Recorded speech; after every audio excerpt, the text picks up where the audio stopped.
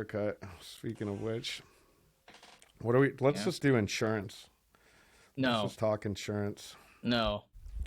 Everybody wants to talk about Anything, insurance. anything but insurance. It's always at the beginning of the year. Everyone wants to talk insurance. It's like the big topic. Actually, it's throughout the entire year. They want to talk Well, insurance. it's only going to get worse. Yeah. I think that's about like half of the posts in our Facebook group are insurance related questions. You know what notice I seen lately is a lot of operators that are at marinas, and the marinas are requiring higher limits. You notice that? This is Yeah. like the third post in the past couple weeks that I saw, and it's not just like Florida, it's all over the country. I mean, $5 million, that's just insane requirements. It's I don't even actually know. They're it's it's more almost like the common than you'd marinas. think. I'm sorry. It's What'd you more say? common than you'd think. Really? Okay. Yeah. Yeah, like Sunset always had to deal with it. Like resorts wanted higher limits. Mm. Yeah. I mean, do you think that I think 2 million is enough?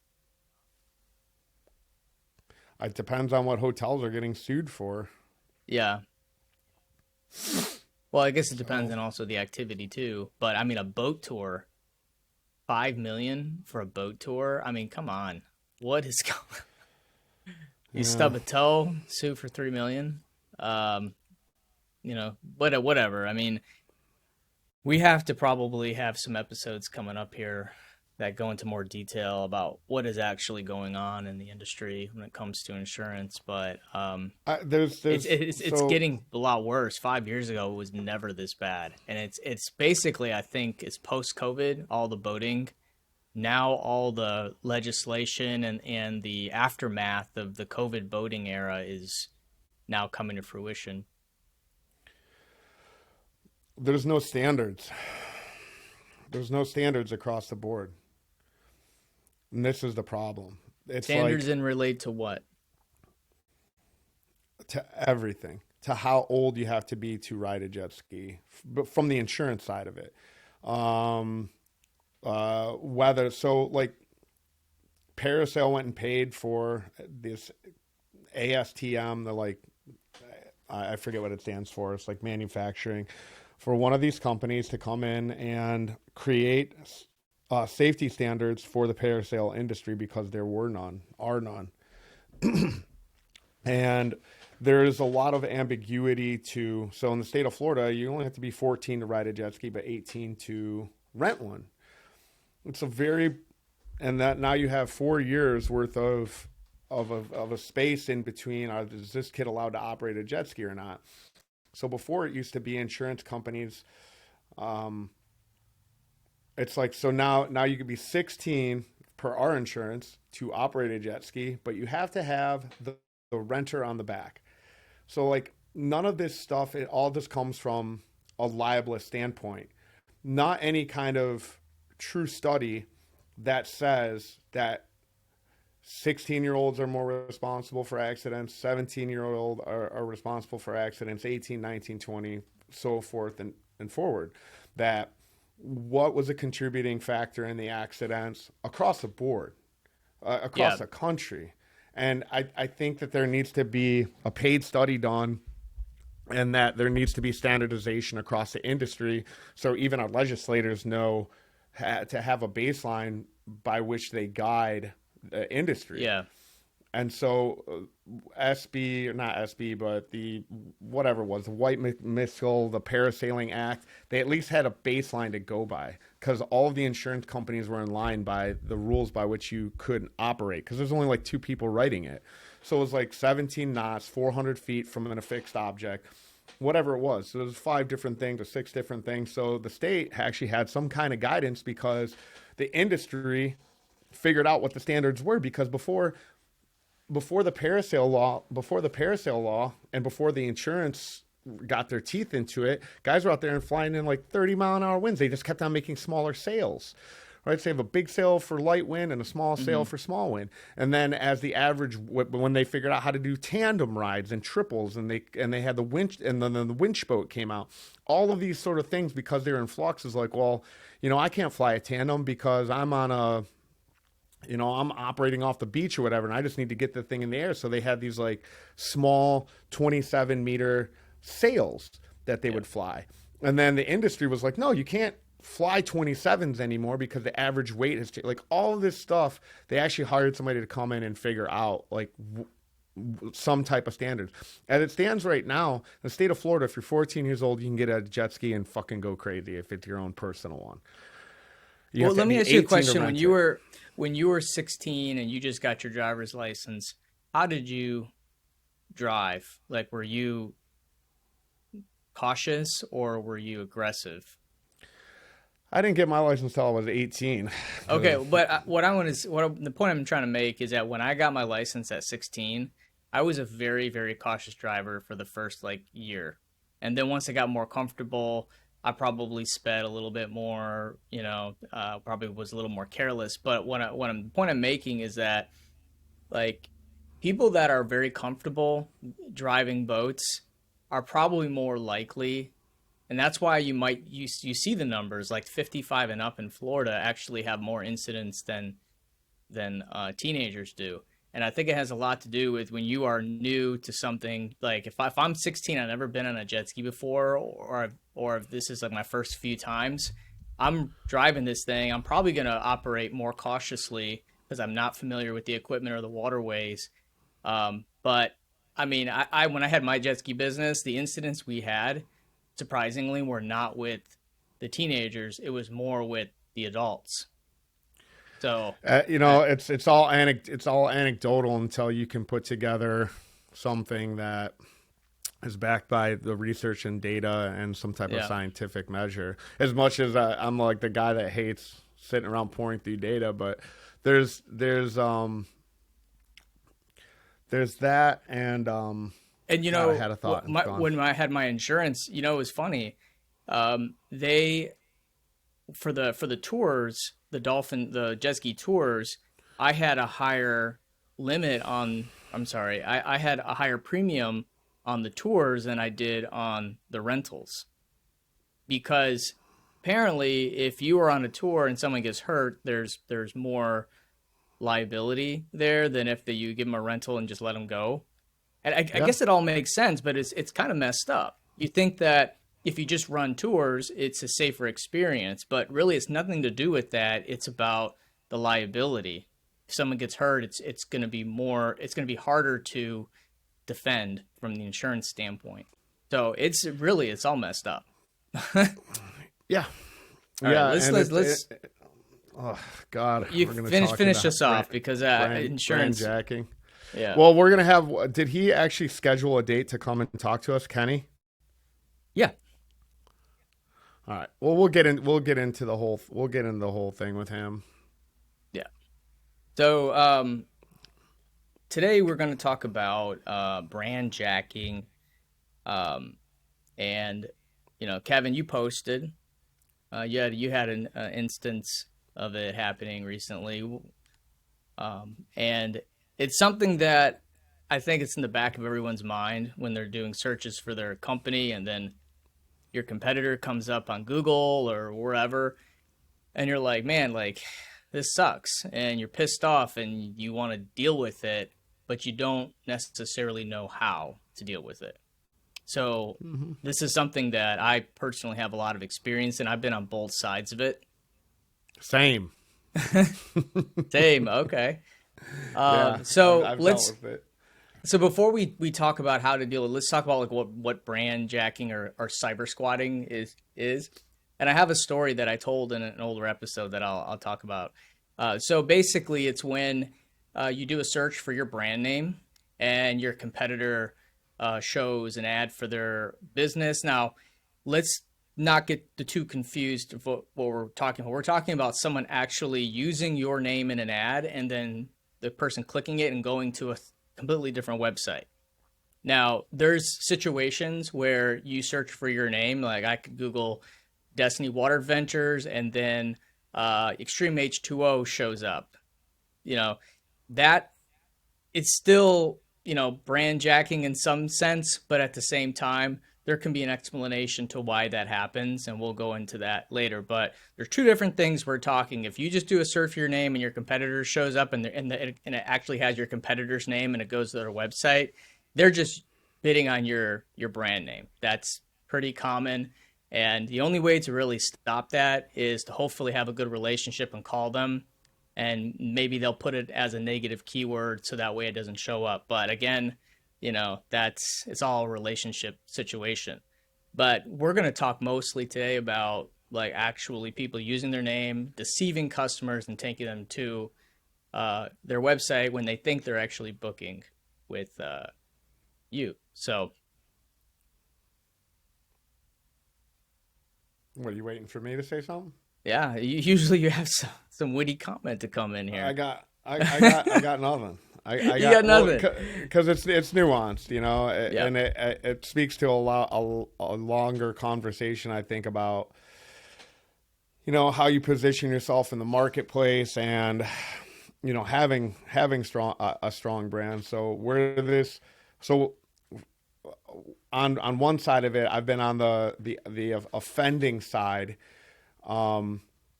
because the person that didn't want to see my ads came up, created a they use a keyword, a very general keyword for their business name. So we'll just call it Jet Ski Rental Florida, or rent a jet ski in Destin, and that was the name of their company. And you're never gonna if you name your company something that's like a search term, you're never gonna win that. And to be fair, there's sort of like nowhere to win it, right? Like, because when it comes to Google and advertising, it's not like you're like, oh, I'm filing a trademark copyright, and filing that with Google versus filing that in a court of law is like two different places. So Greg, you have more experience in this than I do. But it's not like you're going to name your company Jet Ski Rentals Florida and then sue somebody for using that in an ad. Yeah. And this is where it gets really fuzzy. And if you're thinking that I'm going to sue someone for cyber squatting or brand, let me tell you, save your money and try to find other means of combating these things, because you rarely see people winning in these cases. And I mean, I've had several companies contact us from the way that we advertise on Google, and threaten to sue. We have not had one lawsuit in 15 years.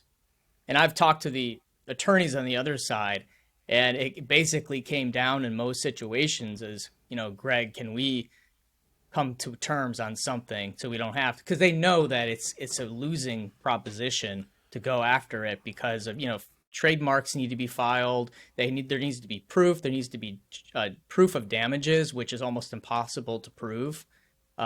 So let's kind of talk about like what happens in these situations here. So we're going to really focus on Google because that's where most of this is happening. So you have a name. Let's say that your business name, like we'll just go with what Kevin said, Jet Ski Florida. Now, first off, when you're thinking of your name, you really have to focus on picking a name that has. Kevin, what are you doing? I'm moving my desk up. I can't sit in this damn chair anymore. It's too much. So when you're thinking of your business name, if you name your business Jet Ski Florida or something really broad, I mean, I know Sean Walsh, someone in our group, he's Jet Ski Texas. So just think of it. If you have a general name, you're just opening yourself up to brand squatting, and there's really little that you can do about it. Now, there are some benefits from like an organic side, but you got to weigh them, because if someone comes in and starts advertising your name, there's really not much you can do other than run an ad in addition to theirs. So you got to weigh the benefits and consequences of doing something like that. You know how many times I've Googled my own business name and then like my hand was getting ready to hover over like the clicking on the sponsored ad. Like Yeah. so that's where it becomes difficult because then you start bidding on your own brand and then people are like directly entering in your business name into their search bar and then you're ended up paying for the traffic that you've built over the last few years. And I think this is where it sort of gets like juice versus squeeze, right? So like if you go in and search your like unless you're fucking Apple, but guess what? If you Google Apple, actual apples are gonna still show up in the search query, right? So it becomes like this sort of it's a point of diminishing returns, right? So you're bidding on your brand to kind of compete from somebody bidding on your brand. But to Greg's point, what one of the things you can do to combat this, and Greg knows about it more than I do because Greg has to deal with it more, right? But it's like you have to file what's the actual It's a copyright and trademark claim. You don't need a federal trademark to file this. You just need and proof. We're talking about with Google. With Google, correct. Yeah. So you would go just Google like file trademark claim Google ad. Just Google that. It will take you to a page, and you fill out the form. And what this does is that if someone tries to use your name in an ad, it will limit them from doing it. I don't think it removes it completely, but it just makes it harder for people to use your name in ad. Now, they can still bid on your name. There's really nothing, and I deal with this all the time. People pissed off because their competitor is bidding on their name. It is just what it is on that. The only way to really combat that is to contact them and see if they'll work something out. But if your name is Jet Ski Florida and you're asking a jet ski company in Florida to not use those keywords, you're out of your mind. So to ask them to not do that is shitty. And it's never gonna go anywhere either. Yeah. Like it's all never you're gonna do is piss off your colleagues by really what you need to do is change your name to something. They're not generic. your colleagues. It's still your competitor. Because they're competitors, but they should. But I mean, well, that's what we're trying to do is foster a community. But at the same time, like, I mean, I have a fairly good relationship with most of the even the people that don't work with Trip Shock. But at the same time, if your name is something very, very generic, you can't ask your competitors to not use that name. That's just not right. Now, if it's Joe's Destin Pontoons or something like that, then yeah, that's a brand name, or Luther's Pontoons or Destiny Water Adventures, Extreme H Show. These are brand names. There is singularity to it. There's uniqueness.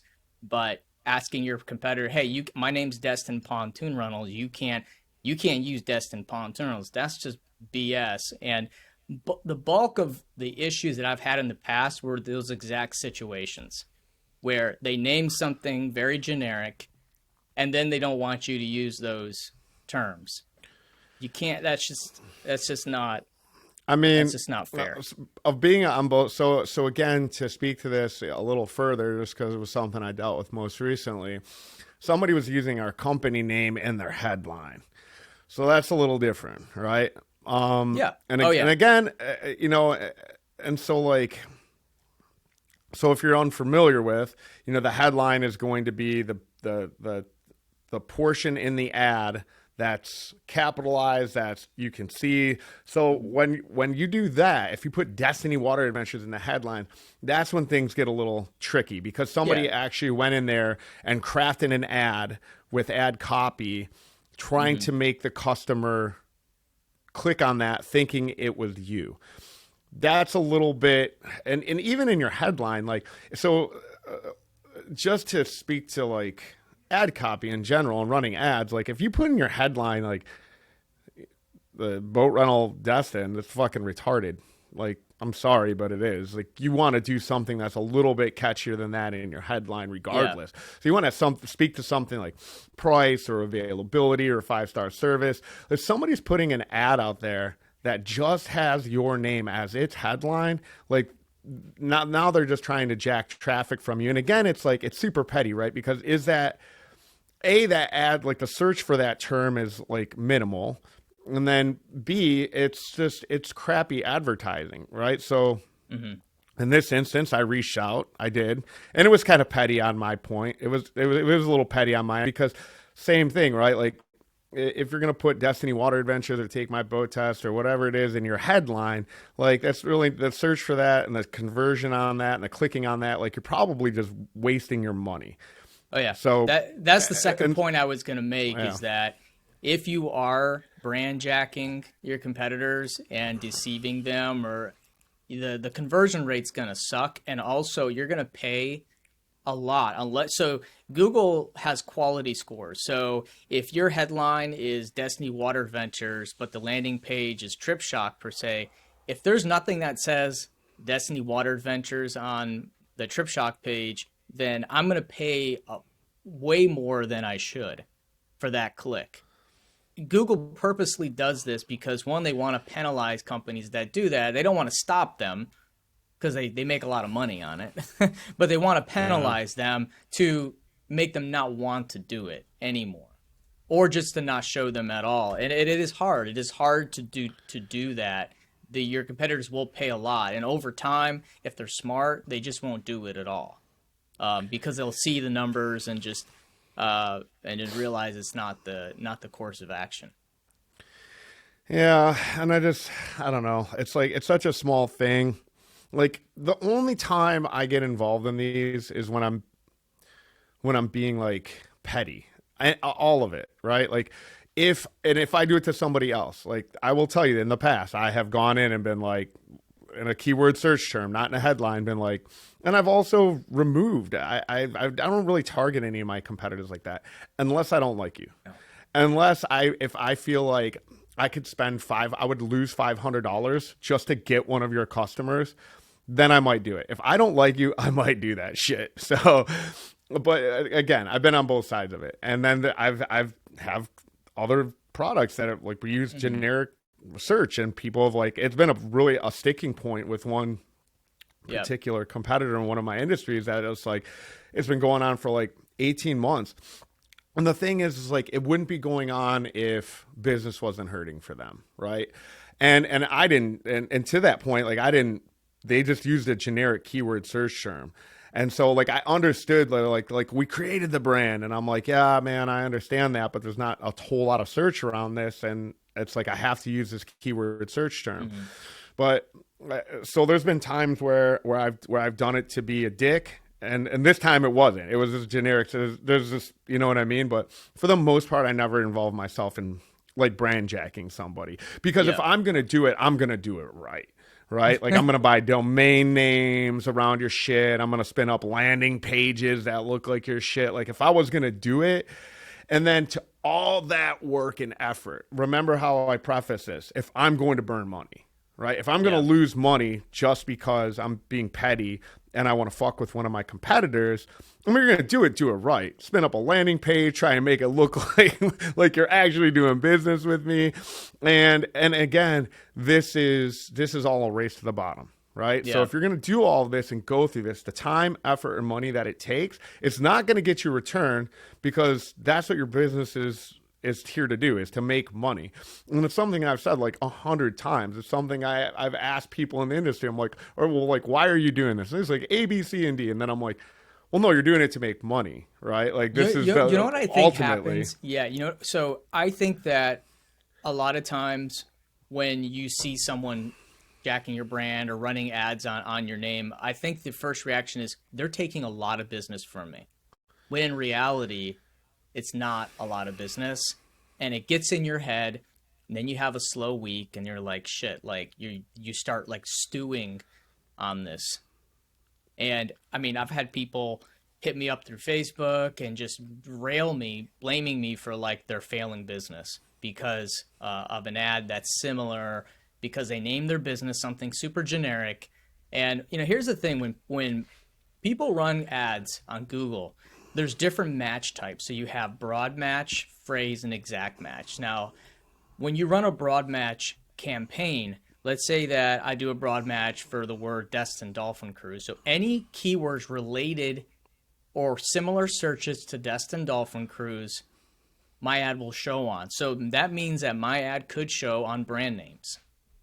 Now, it won't be like, it'll say your name and then people will click it. It won't be brand jacking in that sense, but my ad will show when people type in that name. Now, the only way I could prevent that is if I add negative keywords for every single one of the brand names for, Dolphin Cruises and Destin. I'm not going to do that. I'm not going to have my team spend countless hours adding every single brand name to that. It's just not, it's So just how not have reasonable. So let me ask you this: how have you protected Trip Shock from? So like I just did a quick Trip Shock search, and it was all you. Now if you Google Destiny Water Adventure, that's me, and then it's like Get My Boat, it's like TripAdvisor, it's like Get Your Guide, it's all these OTAs. So how have you insulated yourself from that where I'm seemingly exposed?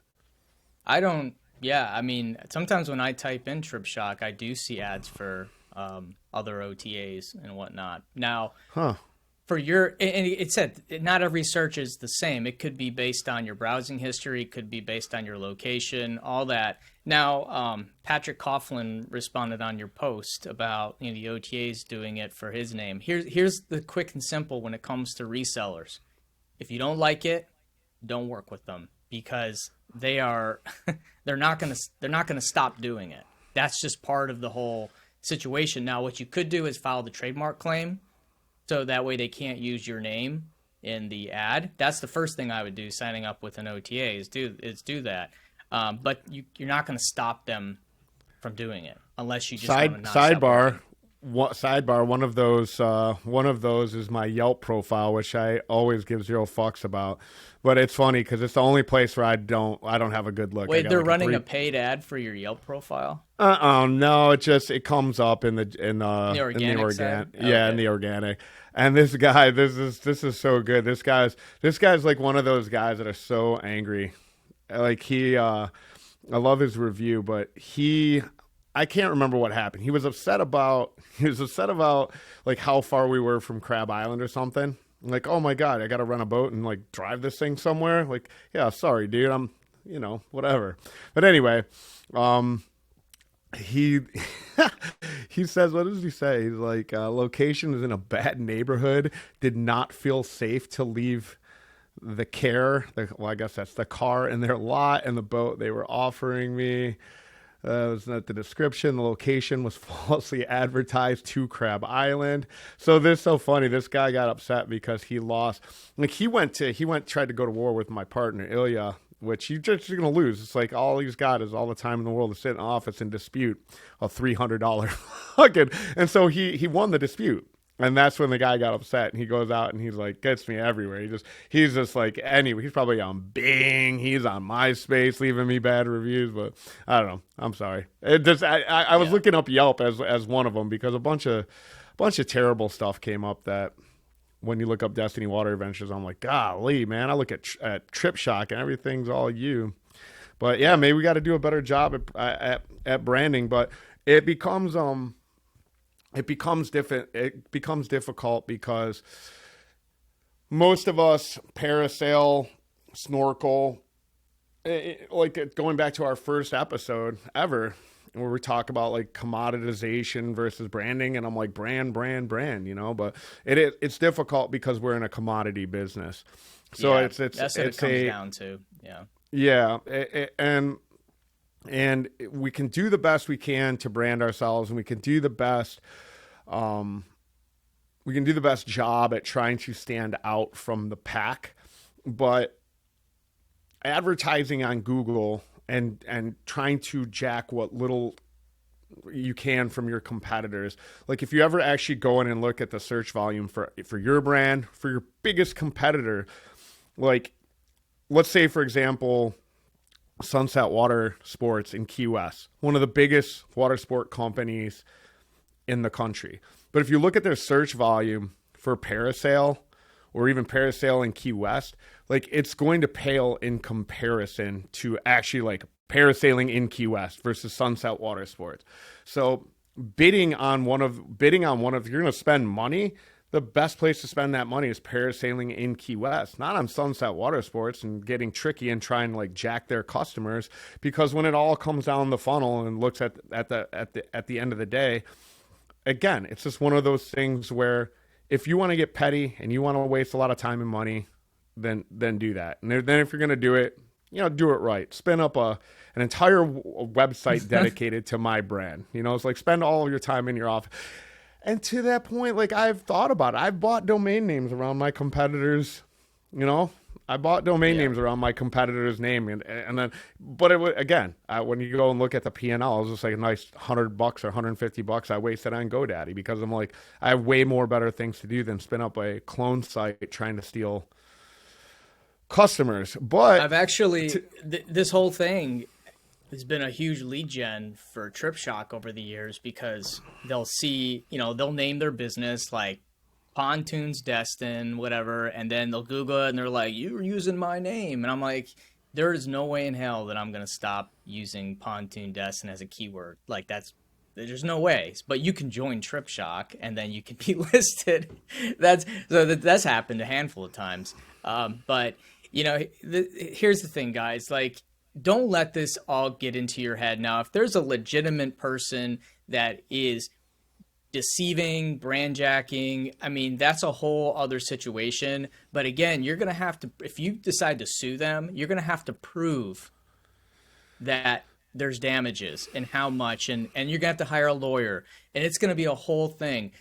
Chances are that person that's doing that is losing money, because I'll tell you, like, 15 years doing this, the conversion rates on brand jacking are terrible. And a lot of times, like my SEM guy, Dan, like he will, if he sees like that happening, typically like we put a negative keywords in because it's a losing proposition. Now with running, we run mostly broad match. So we're all over the place. So it's like really hard to manage that. But at the same time, I'm telling you, like, it gets in your head. You think that that's the problem. It really isn't. But again, protect yourself by filing the trademark claim. That at least will prevent people from deceiving customers with the brand jacking. But if someone's promoting, and honestly, it's a sign of flattery if they're using your keyword to try to get customers. That's that means that you're doing something right.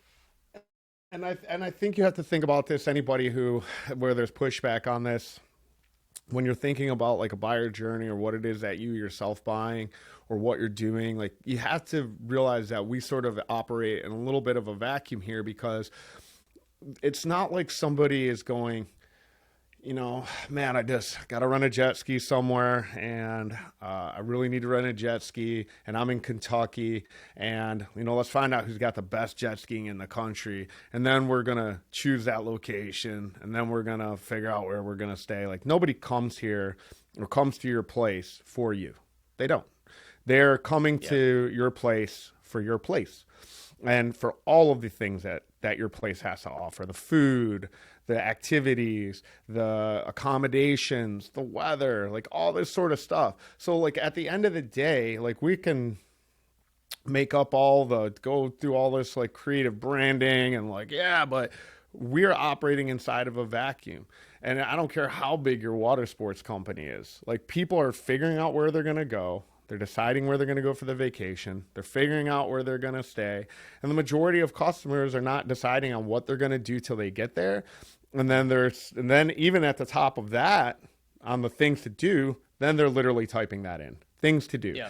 Unless you're like a psycho, a little bit like me, and you're trying to prepare every single portion of your vacation to fit in line with some kind of schedule or something like that. So this is why you see most conversions happen in a lot of verticals inside of water sports in between that 24, 72 hour range, because they're not making their mind up till they get here. So all of these efforts and all of these things that you sort of like go through to stand out in the marketplace, there becomes a point of diminishing returns on all of it, because there's so many things that come into play: where you're located in relation to their hotel. Like, so brand jacking is just like, ultimately, it's a huge waste of time. It's a huge Yeah. waste of time, There, money, and so there, effort. and just to recap, there's two things that you want to take away from this show. One is file the trademark claim with Google, and two is to always run ads on your brand name, always. And it's actually fairly cheap to do that. Like I run ads on the Trip Shock name, and it costs maybe like 20 cents a click, maybe cheaper than that. Like I've seen, it's really cheap because your quality score is so high. So again, Wait, someone I tries gotta to stop you.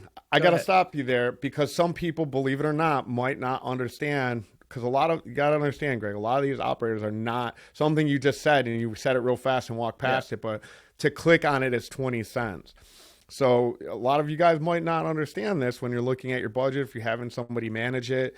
But the cost per click is different. So your jet skis versus your boats versus your parasail ride versus your brand name, it costs a lot less for somebody to click on your brand name than it Yeah. does a jet ski rental or a boat rental. Correct. And that's Because why I the said competition. if you're bidding on your actual brand name, because the search volume is so low, I don't care if you're the biggest guy in fucking Minnetonka, fucking Juneau, Alaska, wherever you're from, like it's still not enough for Google to be like, oh yeah, we got to charge $10 a click. So it's fractional the amount of money that they're paying to click on your name.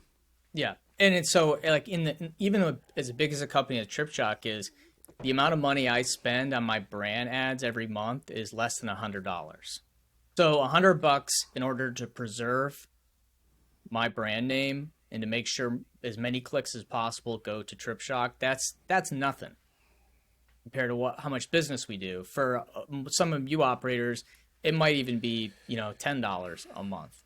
So if you do those two things, you're going to be on your way. You're not going to have to deal with this as much. Some of you might have some more extreme cases, which you might have to spend a little bit more, but this is what it is. And if those two things still don't solve, then, maybe reach out to whoever that operator is and see if there's something that you can figure out. So look, guys, Greg and I are running short on time, and we also, as always, getting this far into as niche of a topic as this is, are kind of running low on show topics. So if you guys want to hear us talk about something, or if you guys have questions about something specific, well, I urge you, I request you to go and leave us a 5-star review before you do anything else on the podcast. And then 2, join our group. And the easiest way to find us is just type into your Facebook search, AWG podcast, and it's a boat tours operators too. and professionals. Yeah, we have a TikTok. So AWG podcast. Find that group, join in the discussion on the topics and things that we may have forgot about. You got to remember, guys, Greg and I have full-time jobs and businesses and stuff that we do, and we're not always sitting around thinking about great podcast topics, but and honestly, where we get the majority of the ideas from are what you guys talking about in the group. So 2 takeaways, 3 takeaways: don't brand jack, join our group, and leave us a 5-star review. And as always, you better keep it awkward, or we're coming for you. All right. All right, Take it guys. easy, guys.